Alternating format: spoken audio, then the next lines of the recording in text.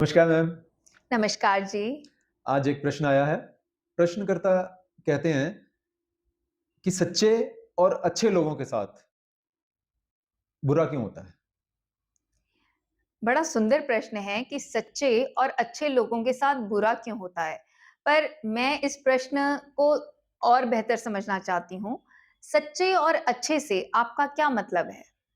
सच्चे यानी जो ईमानदारी से अपना काम करते हैं, हुँ, हमेशा सच बोलते हैं, हुँ, किसी का बुरा नहीं करते, हुँ, सबकी मदद करते हैं, हुँ, अड़ोसी-पड़ोसियों को परेशान नहीं करते हैं, जी, सबके साथ संबंध उनके बहुत अच्छे होते हैं। हुँ, तो ऐसे लोगों के और हम जब देखते हैं कि उनके परिवार में हुँ, कलह-क्लेश काफ़ी होता है, हुँ, दुःख के पहाड़ टूटे होते हैं, hmm, financially they are weak, hmm, such type of things.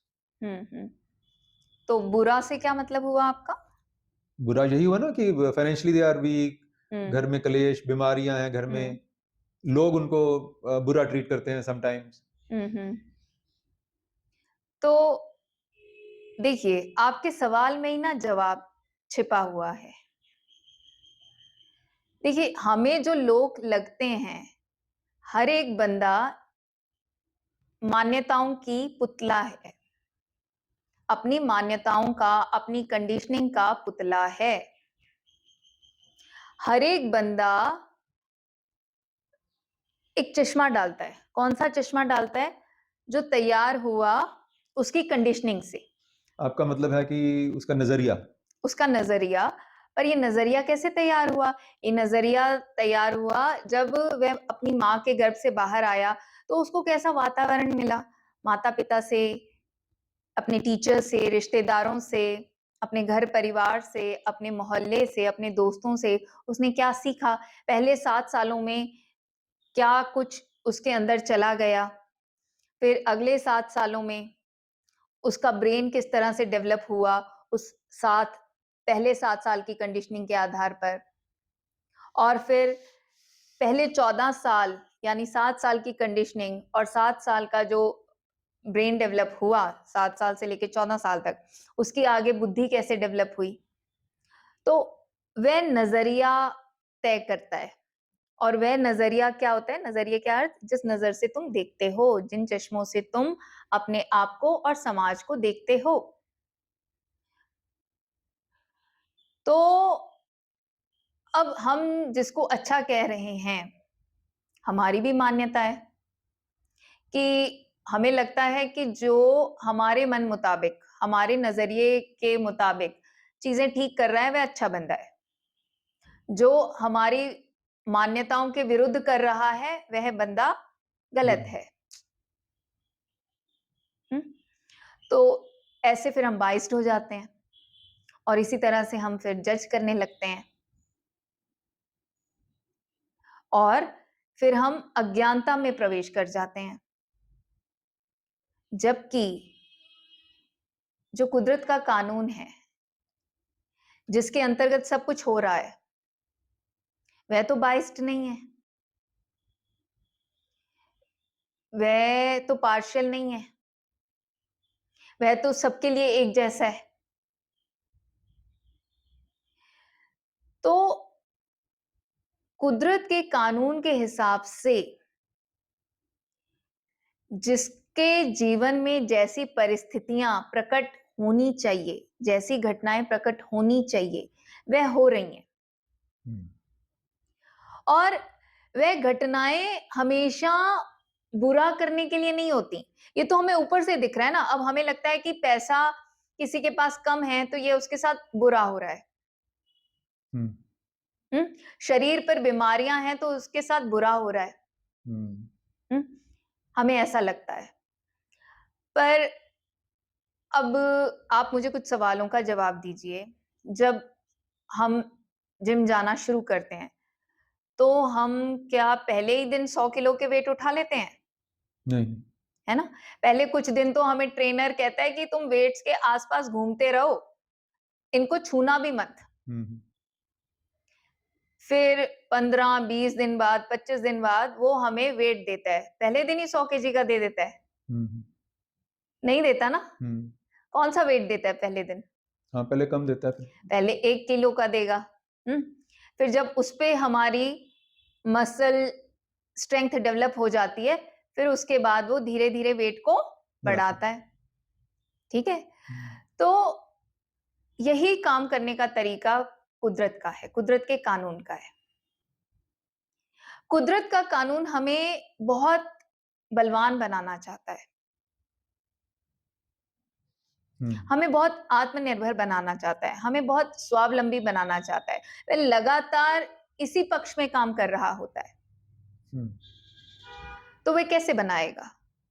एक उदाहरण और ले लीजिए, जैसे हम 2 पेड़ लेते हैं, एक पेड़ हम लगा देते हैं घर के बाहर चौराहे पर हुँ, और एक पेड़ घर के गमले में लगा देते हैं, हुँ, हुँ। छत के नीचे। अब जो तूफ़ान आएगा, आँधी आएगा, वो सबसे ज़्यादा किस पे असर करेगा? बाहर वाले पे। बाहर वाले पे। और 1 साल बाद जब हम उनकी ग्रोथ को देखते हैं, तो किसकी ग्रोथ ज़्यादा हुई होती है? घर वाले बाहर की या वाले पे, बाहर वाले की? बाहर बाहर वाले पे। वाले की, है ना? तो बाहर वाले की ग्रोथ ज़्यादा हुई, कैसे हुई?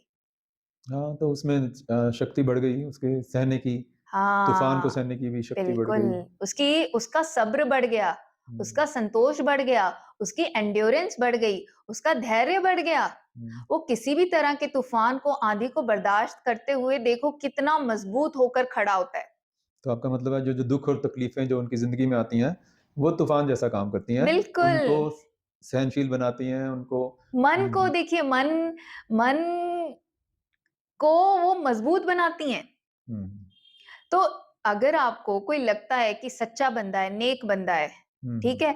आप अगर ये देख रहे हो कि ये किसी को गलत नहीं बोलता या बिल्कुल सच बोलता है या बिल्कुल कानून के दायरे में रहता है, सरकारी कानून के दायरे में भी और कुदरत के कानून के दायरे में भी, तो कुदरत का कानून किसी को कैसे रिवॉर्ड करता है? हुँ, कुदरत के कानून के रिवॉर्ड करने का तरीका यही है कि वह उसको और स्वावलंबी और आत्मनिर्भर बनाता है। तो वह और स्वावलंबी और आत्मनिर्भर कैसे बना सकता है? तो वह उसको ऐसी परीक्षाओं में लेके जाएगा जहाँ बड़ी तेज़-तेज़ आँधियाँ, तूफ़ान चल रहे हों और हुँ, हमारे जीवन में वह आँधियाँ और तूफ़ान कैसे नज़र आते हैं? वो दुःख, दर्द, तकलीफ़ों, परेशानियों के रूप में नज़र आते हैं कि शरीर पे परेशानियाँ आ गईं, फ़ाइनेंशियल प्रॉब्लम्स आ गईं, सोशल प्रॉब्लम्स आ गईं कि भाई लोग तुम्हें ऐसा समझते हैं कि तुम्हारे पास पैसे कम हो गए तो वो कट लेते हैं तुमसे। हुँ, उनको लगता है कि इसके पास जाएँगे तो 4 पैसे माँग लेगा। हुँ, तो अब जब ऐसी सिचुएशन आ जाएगी, ये किसी आंधी-तूफ़ान से कम है क्या? हुँ, तो अब ये कितना तुम में समता तैयार करेगी, कितनी तुम में एंड्योरेंस तैयार करेगी, कितनी तुम में ह्यूमिलिटी तैयार करेगी। हुँ। तो आपका मतलब है कि ये जो दुःख और तकलीफ़ें, जो दुःखों के पहाड़ जिसको हमने शब्द दिया, हुँ, वो उनकी ग्रोथ के लिए आए हैं। बिल्कुल। पर हम अपनी अल्प बुद्धि से चीज़ों को नापते हैं ना। आजकल क्या हुआ है कि हम हर एक चीज़ को पैसे के नज़रिए से देखते हैं। हम हुँ, देखते हैं कि जिसके पास बहुत पैसा है, तो वह बड़ा सुखी है या रिश्तों को भी हम इस नज़रिए से देखते हैं कि वाह जी वाह! इनके घर में कितने बर्थडे पार्टियाँ मनाई जा रही हैं या एनिवर्सरी पार्टियाँ मनाई जा रही हैं, ये कितने गेट टुगेदर कर देते हैं, किसी भी तरह के सोशल, हुँ, रिलिजियस किसी भी तरह के। हुँ? पर कुदरत का कानून तो हमें आत्मनिर्भर बनाना चाहता है।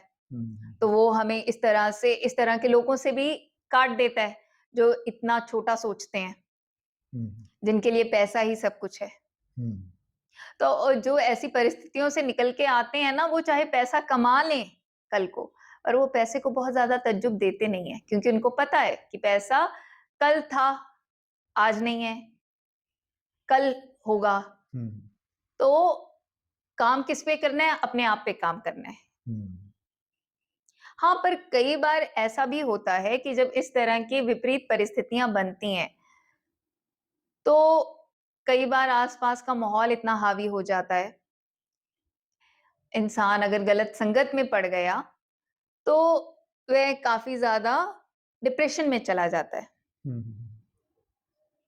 ऐसा भी होता है, पर ज़्यादातर अगर हम उसको माइन्यूटली देखें, तो ये भी कुदरत के कानून की ना अनुकंपा होती है। अच्छा एक बात और है कि मैंने कई आध्यात्मिक जो होते हैं गेट टुगेदर्स होते हैं जिसको कहते हैं। कई लोगों से सुना है कि कोई किसी को दुःख दे नहीं सकता। जी। तो इसका क्या अभिप्राय हुआ? जी, कुदरत का जो चलती है वो अपने कानूनों के आधार पर चलती है और कुदरत का ये बड़ा ही सशक्त कानून है कि तुम जो कुदरत में भेजोगे वही तुम्हारे पास लौट कर आता है। तो हम कैसे भेजते हैं? हम भेजते हैं अपने इमोशन की फॉर्म में। इमोशन यानी एनर्जी इन मोशन, यानी तुमने कौन-सी एनर्जी भेजी, तुमने क्या फ़ील किया? भाव। हाँ, भाव। तो तुमने जो फ़ील किया, तो वो तुमने यूनिवर्स में भेज दिया। अब वो मल्टीप्लाई होकर, खूब ज़्यादा बढ़कर तुम्हारे ही जीवन में आने वाला है। हुँ, तो कई बार हम दूसरों को कंट्रोल करने की कोशिश कर रहे होते हैं। जैसे पति है तो पत्नी को कंट्रोल करने की कोशिश कर रहा होता है, पत्नी पति को कंट्रोल करने की कोशिश कर रही होती है, माँ-बाप बच्चों को कंट्रोल करने की कोशिश कर रहे होते हैं, बच्चे माँ-बाप को कंट्रोल करने की कोशिश कर रहे होते हैं, बॉस जो है वो एम्प्लॉयी को कंट्रोल करने की कोशिश कर रहा होता है और समटाइम्स एम्प्लॉयी बॉस को कंट्रोल करने की कोशिश कर रहा होता है। तो इसमें वे बहुत इस तरह के भाव क्रिएट करते हैं, नफ़रत के, डिसलाइक के, कंट्रोल के, क्रिटिसिज्म के, कंडेमनेशन के, जजमेंट के, हुँ, पिटी के। अब वो अनजाने में ऐसे भाव क्रिएट कर रहे होते हैं, पर वो यूनिवर्स को लगातार इस तरह के बीज दे रहे हैं। हुँ। तो घूम कर वही चीज़ उनके पास आती है। हाँ, और जब आती है तब हमें लगता है कि मैंने तो ऐसे नहीं किया। हुँ, हुँ, तो कई बार जब हम लोगों को दुःख, दर्द, तकलीफों से जूझते देखते हैं, तो हमें नहीं पता कि उन्होंने ऐसे बीज कब डाले, हुँ। उनको भी नहीं पता होता। अच्छा, जब फल पक जाता है, हुँ, तभी वो प्रकट होता है। हाँ। तो जो दुःख और तकलीफ हैं, जो भी हुँ, उनके जीवन में प्रकट हो रहा है, हुँ। वो उनके डाले ही बीज हैं। हाँ, ये हमारे ही डाले बीज होते हैं। हम ओके। किसी को जज क्या करें? हम अपनी ज़िंदगी देखें, जैसा हम बोते हैं, वैसा हमारे जीवन में प्रकट होता है। हुँ, तो इसीलिए बार-बार मैं अपनी 18 साल की प्रैक्टिस में ये कहती हूँ कि जो तुम्हें चाहिए, वही तुम दो। हुँ, हुँ, तुम अपने जीवन में कुदरत के कानून के प्रति स्पष्टता चाहते हो, दूसरों के जीवन में स्पष्टता बढ़े, इसके लिए निमित्त बनो। हुँ, उनको सही लोगों से जोड़ो, सही यूट्यूब चैनल से जोड़ो, सही संघ से जोड़ो, सही वीडियो से जोड़ो। हुँ, हाँ, अगर तुम चाहते हो कि तुम्हारे जीवन में कुदरत के कानून के प्रति ज्ञान बढ़े, होश बढ़े, तो दूसरों के जीवन में ज्ञान और होश बढ़ाने के लिए निमित्त बनो। हुँ, उनको वैसी वीडियो फॉरवर्ड करो। हुँ, समझ रहे हो? और अगर तुम जैसे चाहते हो कि अ, तुम्हें भी जो है रिस्पेक्ट मिले, एप्रिसिएशन मिले, हुँ, तो वो रिस्पेक्ट तो तुम्हें दूसरों को भी देनी पड़ेगी और रिस्पेक्ट का मतलब चापलूसी नहीं होता। रिस्पेक्ट जो है वो बना है री प्लस स्पेक्ट, यानी कि बार-बार हम बार-बार देखें, समझने की कोशिश करें सामने वाले को कि अगर ये ऐसा बिहेव कर रहा है, तो ऐसी कौन-सी इसकी अवधारणा है, मान्यता है, जिसमें ये जकड़ा हुआ है, जिसके फलस्वरूप ये ऐसा कर रहा है। हुँ, और क्या मैं इसे इसके लिए जो है क्षमा कर सकता हूँ? हुँ, क्या मैं इस सब के बावजूद भी इसके साथ जो है कंपैशनेट रह सकता हूँ, करुणामयी रह सकता हूँ? हुँ, क्या मैं इसके ऐसे कठोर व्यवहार के बावजूद भी अगर इसको कभी ज़रूरत पड़े हुँ, और मेरे सामने ऐसा मौका आए कि इसकी मदद करो, क्या मैं मदद कर सकता हूँ? हुँ। तो इसका मतलब ये हुआ कि जो हम बोल रहे हैं, हुँ, जिस तरह के भाव, फीलिंग्स हुँ, प्रकट कर रहे हैं, हुँ। उसी तरह की फीलिंग जो है हमारे पास वापस आने वाली है। हाँ, नियम है।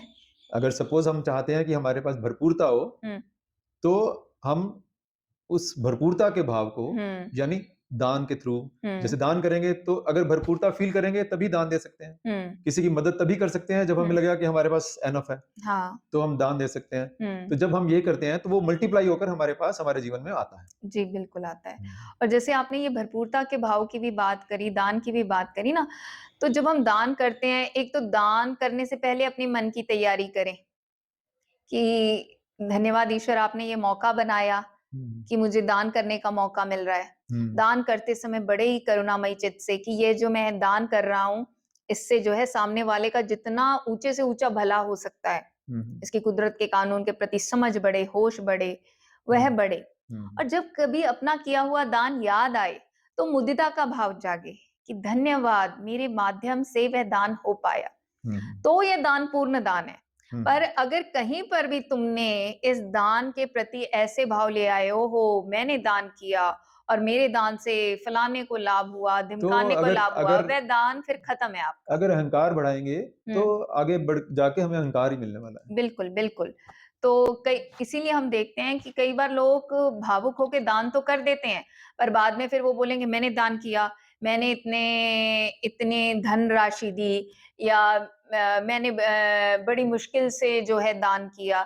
तो उन्होंने उस समय जो दान किया था वो समझ के साथ नहीं किया हुँ, और हुँ। इसीलिए अब जब उन्हें याद आ रहा है, तो मुदिता नहीं जाग रही, अहंकार जाग रहा है। तो इसका मतलब है कि किसी भी चीज़ के पीछे, चाहे वो दान है या कोई भी कार्य किया जा रहा है, हुँ, उसके पीछे जो आपकी मंशा है, जो हुँ, आपका इंटेंशन है, जो हुँ, आप फ़ील कर रहे हो, हुँ। वही मल्टीप्लाई होकर आपके पास वापस आने वाला बिल्कुल, बिल्कुल। है। हुँ, हुँ, तो हुँ, अब फिर हम वापस अपने उसी सवाल पर आते हैं कि देखो ये जो कोई अच्छा है या बुरा है, ये हमारी कंसेप्चुअलाइज़ेशन है हुँ, कि हमने कौन से इंसिडेंट्स को देख के, किसी को देख के कोई अवधारणा बना ली। हुँ, किसी के साथ ये सही हो रहा है या गलत हो रहा है, ये भी हमारी कंसेप्चुअलाइज़ेशन है। हुँ, पर हो तो सब कुछ कुदरत के कानून के हिसाब से ही रहा है। और हुँ, देखिए सुखमणी साहिब में ना बार-बार, बार-बार गुरु अर्जन देव जी समझाते हैं ऐसी चीज़ को हुँ, कि अपना ध्यान कुदरत के कानून और कुदरत की शक्ति पर रखो, यही सच्चा सिमरन है।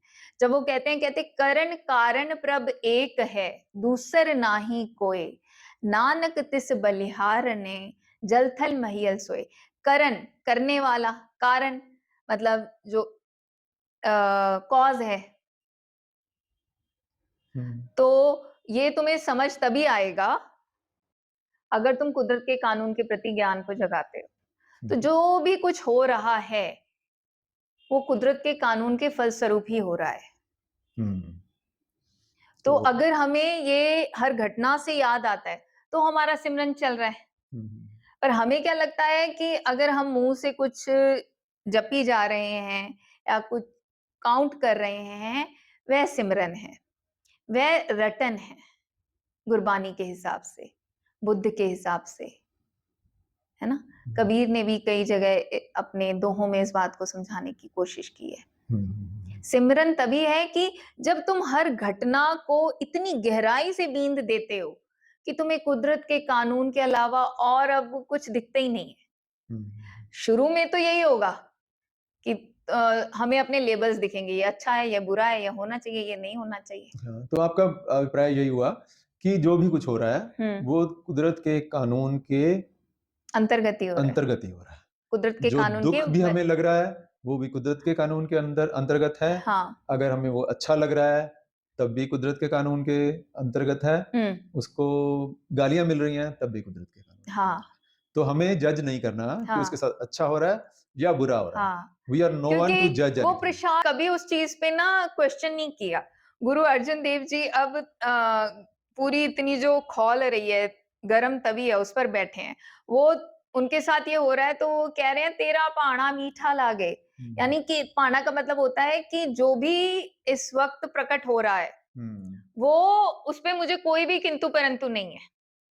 हुँ, है ना? तो हम संतों को की जीवनियों से यही देखते हैं कि उन्होंने कुदरत के कानून पर अपनी जीवन की किसी भी घटना में किंतु परंतु नहीं किया। हुँ, हुँ, गुरु गोविंद सिंह जी का पूरा परिवार बिखर चुका है, 2 साहिबजादों की शहीदी हो चुकी है, 2 गिरफ्तार हो चुके हैं और उनको जो है ज़ख्मी हालात में और इतनी ठंड का मौसम है, वो जंगलों में भटकना पड़ रहा है।